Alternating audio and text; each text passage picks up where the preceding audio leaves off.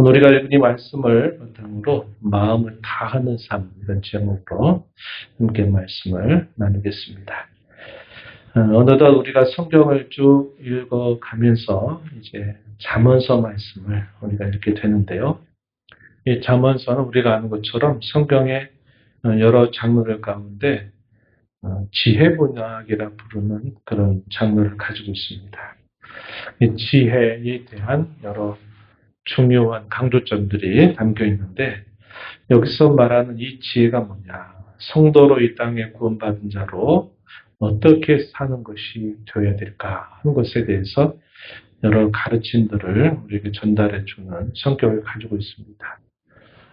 시편 같은 경우도 마찬가지고, 또 잠언, 전도서, 아가서 이러한 내용들, 또 욥기 말씀 같은 경우도 이와 관계됩니다. 그래서 이 잠언서에서도 역시 이 지혜에 대한 강조가 있는데, 우리가 이런 지혜를 말할 때 이 지혜가 두 가지 종류의 지혜가 있다는 겁니다. 크게 말할 때 하나는 이 세상적인 지혜가 있다 하는 것이고, 또 하나는 성경에서 가르치는 지혜가 있다 하는 겁니다. 이런 두 종류의 지혜가 있을 때 우리 믿는 성도들은 이 세상적인 지혜를 따라 사는 자들이 아니라 성경이 우리에게 가르치는 그런 지혜를 따라서 살아야 된다 하는 사실을 강조하고 있습니다.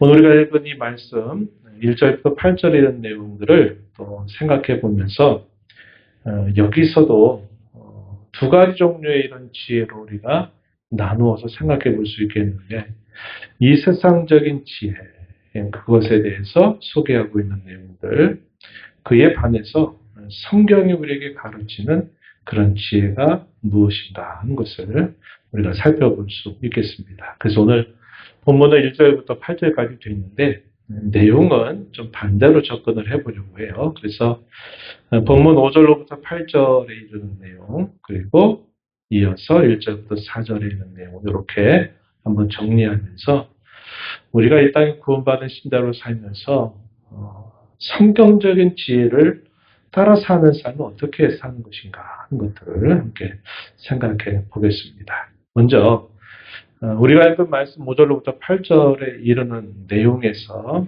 우리가 주목하고자 하는 것은 이 세상에서 말하는 지혜, 또 이 세상에서 말하는 명철, 이런 것들에는 항상 이 죄악이라고 하는 것이 항상 얽혀 있다는 겁니다. 얽혀 있어서 그 죄라고 하는 그 영향을 항상 받게 된다는 겁니다. 그 죄악이 결국 뭘까요? 그 죄악의 시작과 근원이 에덴 동산에서 우리가 보는 것처럼 자신을 지으신 하나님께로부터 자기가 어떤 삶을 규정을 받았나, 어떤 삶을 받았나 하는 것을 따라 사는 게 아니라 자기가 자기의 삶을 스스로 결정하고 자기가 자기 삶의 주인이 되고자 하는 그런 의도가 첫 번째 범죄 사건하고 긴밀하게 연결되어 있습니다. 사탄이 바로 그러한 것들을 이용해서 결국 하와에게 접근을 하고, 또 하와는 결국 그러한 유혹에 빠져들면서 첫 범죄를 하게 됩니다. 이 첫 범죄가 결국 모든 인류의 타락을 가져오게 되었고, 이 아담과 하와로부터 태어나는 가인의 모든 후손들은 이런 타락한 상태에서 태어나서 소위 원죄라고 하는 그 죄의 분례를 벗어날 수 없는 삶을 살게 된다 하는 겁니다. 그래서 그들이 살아가는 모든 삶 속에는 하나님을 따르고 의지하는 것으로 자신들의 인생을 살아가려고 하는 게 아니라 하나님을 멀리하고 자신들이 모든 것의 주체가 되고 주인이 되는 그런 삶을 살아가는 것을 자신들의 지혜와 명철로 삼고 살아간다는 겁니다. 그래서 우리가 두 종류의 지혜를 말할 때도 이 세상의 지혜, 명철, 이 세상의 수많은 지식들, 이런 것들이 있다 하더라도 거기에는 항상 이런 죄의 악이라고 하는 것이 얽혀 있고 그 굴레를 벗어날 수가 없다 하는 겁니다. 우리 가끔씩 그런 말 하잖아요. 기울어진 운동장이란 말을 씁니다. 기울어진 운동장. 이게 뭘 말할까요? 평평하지 못하다, 공평하지 못하다 하는 겁니다. 이미 기울어져 있는 그런 상태에서 무엇인가를 해야 되는 걸 말하는 거죠.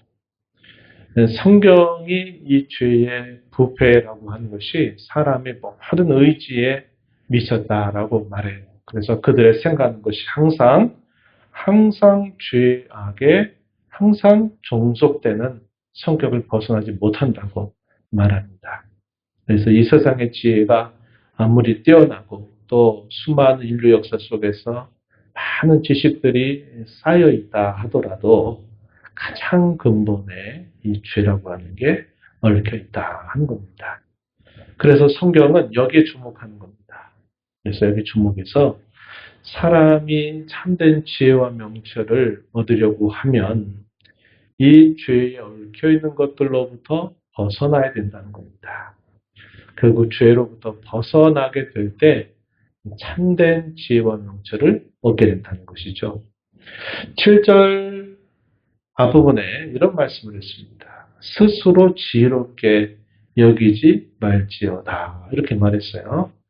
각자 자기 자신들을 지혜롭게 생각하지 말아라. 이렇게 표현한 다음에 뭐라고 이야기하냐면 그 다음에 이어지는 내용을 보세요. 여호와를 경외하며 악을 떠날지어다. 스스로 지혜롭게 생각하는 것 얘기한 다음에 악을 떠나라고 이야기합니다. 그 말을 다르게 돌리면 무슨 말일까요? 자기가 지혜 있다라고 말하는 그 모든 생각들 속에는 악이라고 하는 것이 항상 긴밀하게 얽혀 있다는 겁니다. 그래서 스스로 지혜롭게 여기지 말고 악을 떠나라고 이렇게 권면을 하고 있다는 겁니다. 그 악을 떠나는 그 길이 결국 어떤 길이냐 할 때 다시 결국 말씀이 가르치는 것은 하나님을 경외함으로써 악을 떠나게 된다. 이렇게 가르쳐 쓰고 있습니다. 또 뭐라고 이야기하느냐 5절에 보면 그분을 신뢰하는 것 그리고 모든 일에 있어서 그분을 인정하는 것 그것을 말하고 있는 겁니다.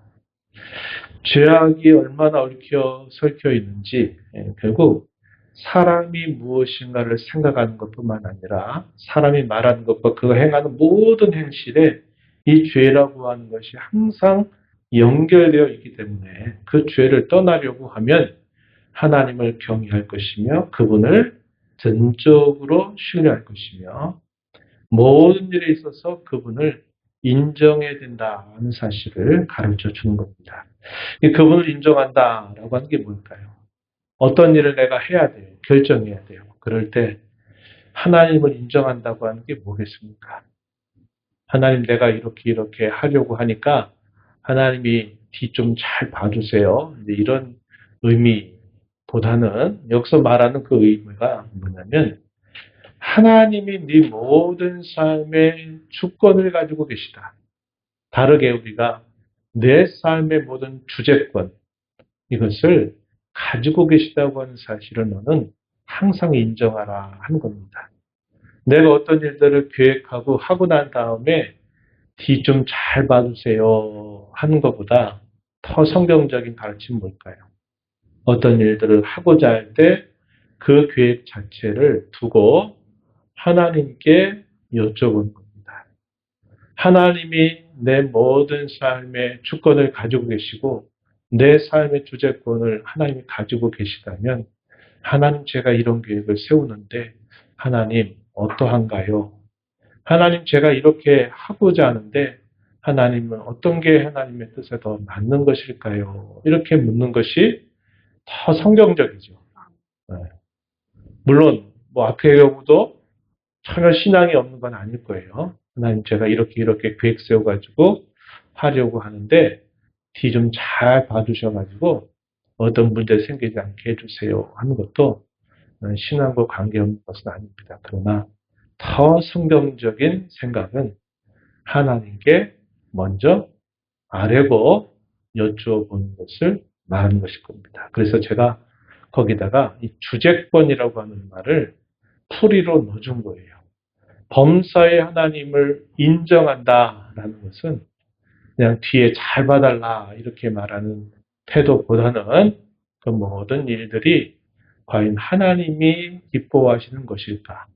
하나님이 이것을 원하시는 것일까 하는 것들을 먼저 묻고 그 모든 일들을 하나님 안에서 행하는 것이 될 겁니다. 이것이 그분을 범사에 인정하는 태도가 된다는 겁니다. 결국 하나님을 경외하라, 그분을 신뢰하라, 그분의 주재권을 모든 일과 사건 속에서 먼저 인정해라. 이것이 결국 뭐를 떠날 수 있다는 겁니까? 악을 떠날 수 있다는 겁니다. 우리 사람에게 그 뿌리 깊은 죄, 악을 끊어낼 수 있는 바로 길이 그것이다. 겁니다.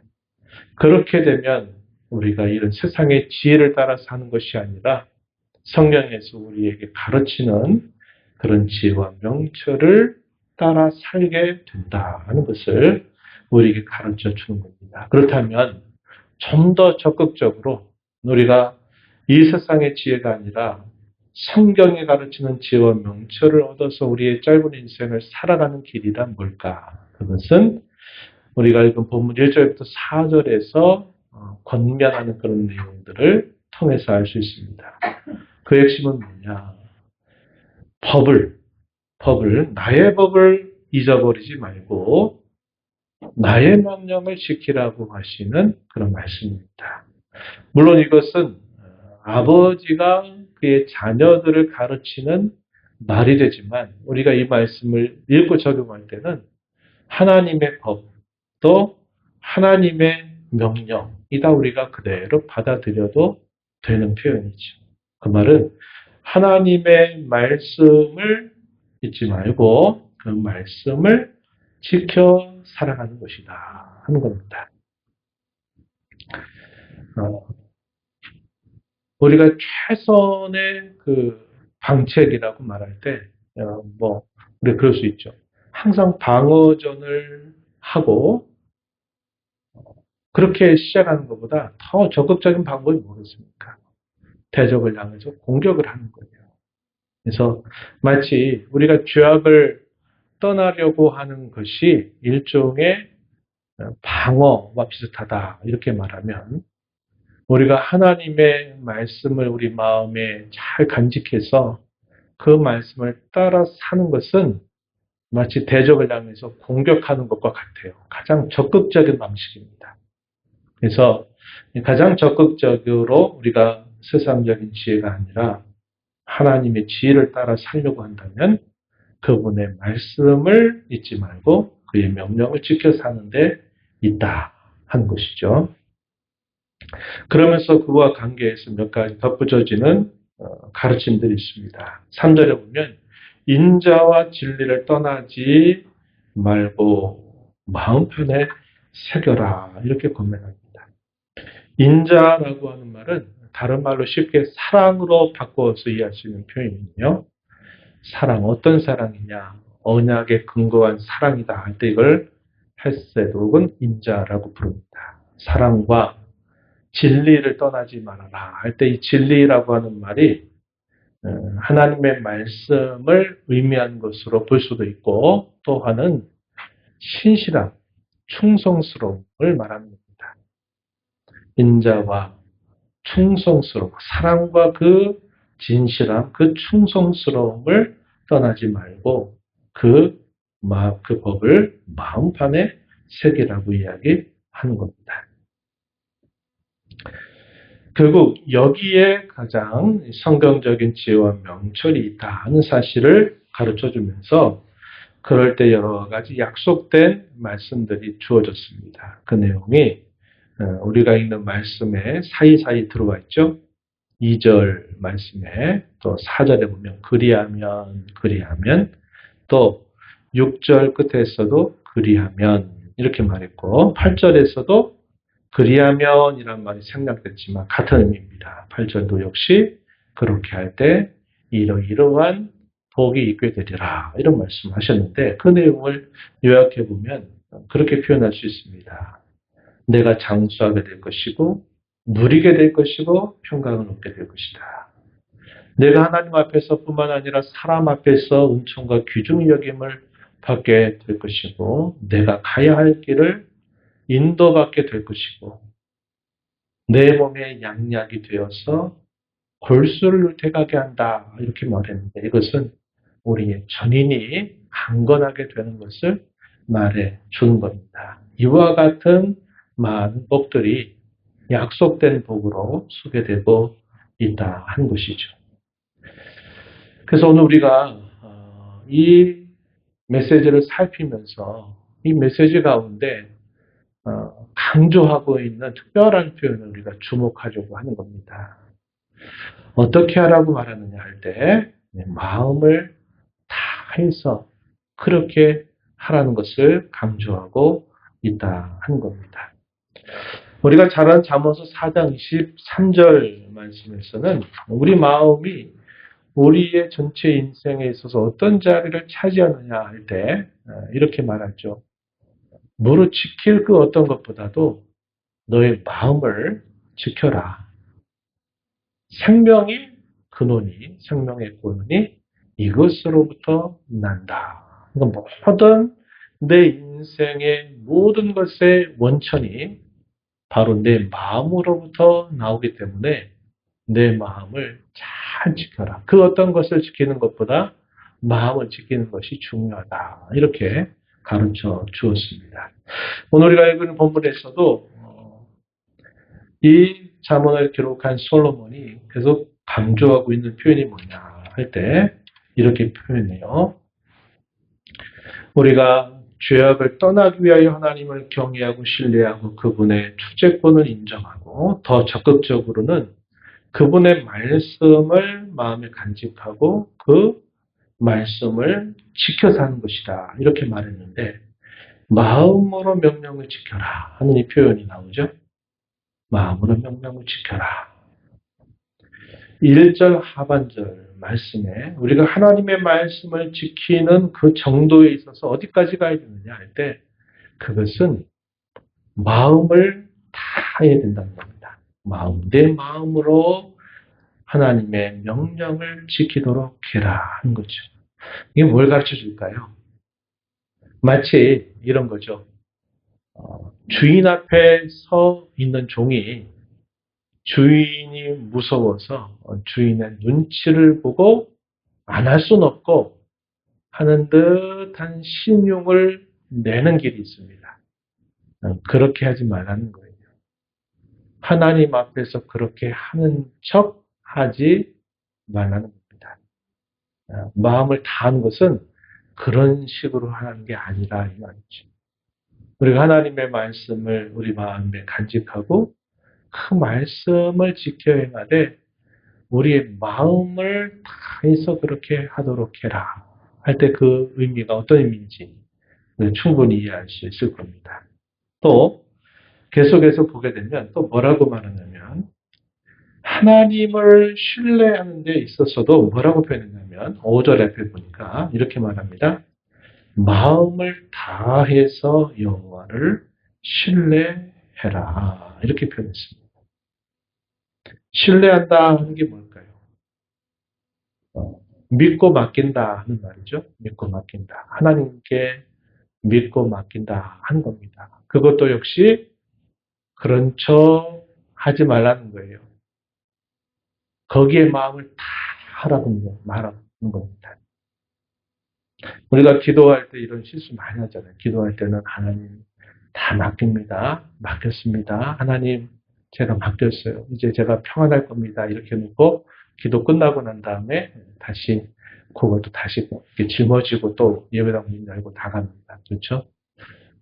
우리가 그렇게 많이 한다는 우리가 너무 많이 반복하는 실수인데 이 실수를 우리가 너무 쉽게 잊어버리고 살 때가 많다는 거죠. 하나님을 신뢰할 때 마음을 다해서 신뢰해라. 이렇게 말합니다. 그렇죠?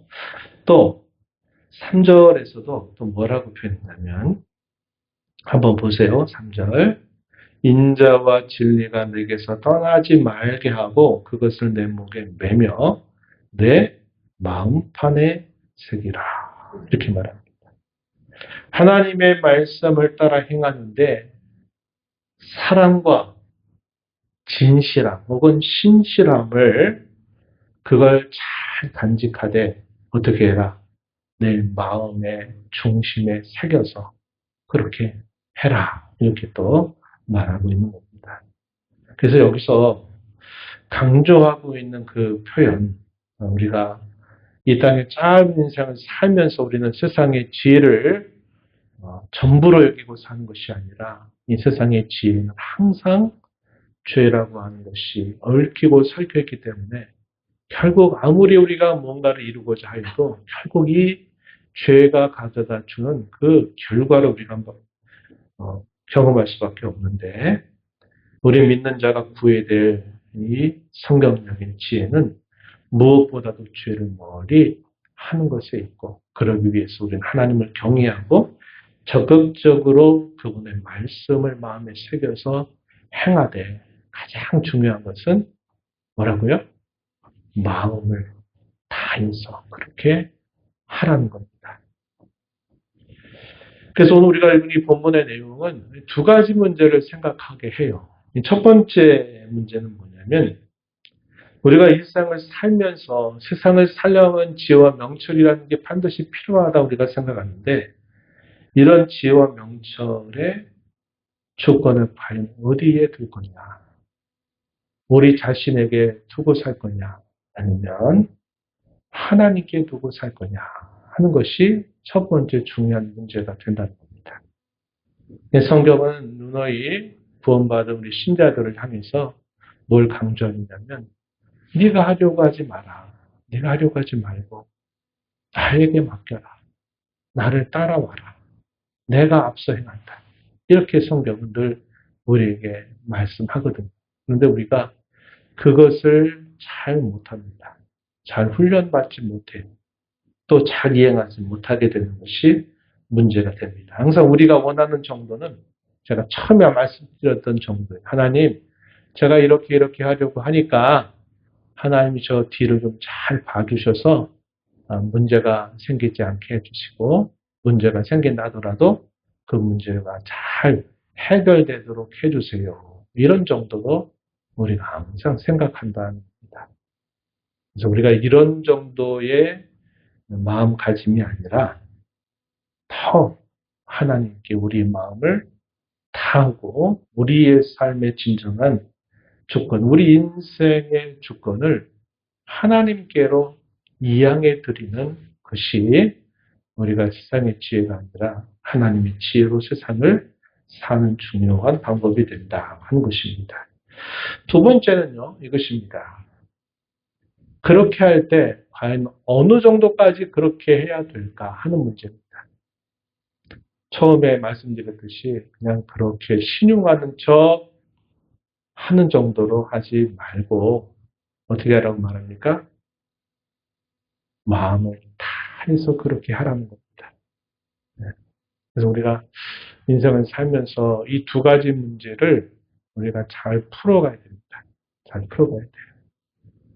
많은 예수 믿는다고 하는 많은 신자들이 첫 번째 문제에서 여전히 걸려 있어요.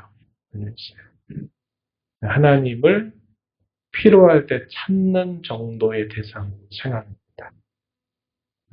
성경은 이렇게 하지 말라 그래요. 우리가 근래 갈라디아서 말씀을 새벽에 읽고 있는데 갈라디아서 그 유명한 2장 10절도 그렇게 말하잖아요. 내가 그리스도와 함께 십자가에 못 박혔다. 나의 모든 옛사람이 다 그와 함께 죽었다. 이제 내가 사는 것은 내가 사는 게 아니라 내 안에 나를 사랑해서 나를 위해 죽으셨던 그 예수님을 위하여 나는 사는 것이다. 그가 내 안에 사신다. 이렇게 말하는 겁니다.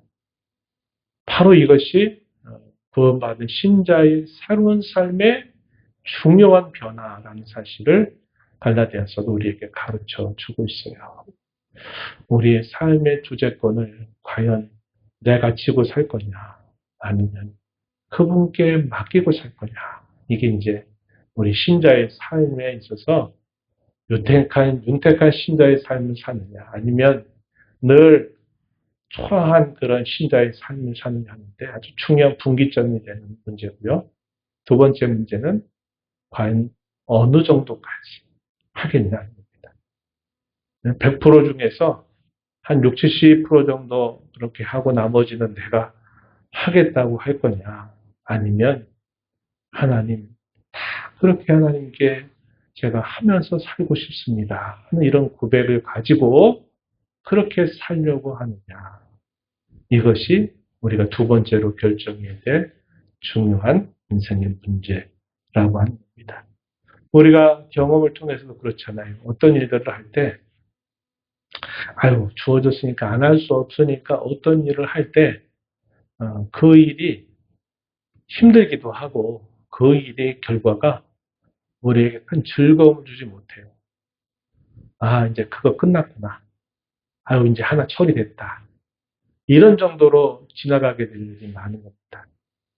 수련회를 우리가 앞두고 있는데도 마찬가지일 거예요. 수련회를 치러낸다, 이런 생각을 가지고 수련회를 임하게 되면 여러 가지 분주하게 할 수 있지만 이제 그 일의 결과가 어떻게 우리에게 올 거냐 할 때, 그 일이 정말 좋은 어떤 열매로서 우리에게 나타나기보다 이제 교회 큰 행사가 하나 끝났다.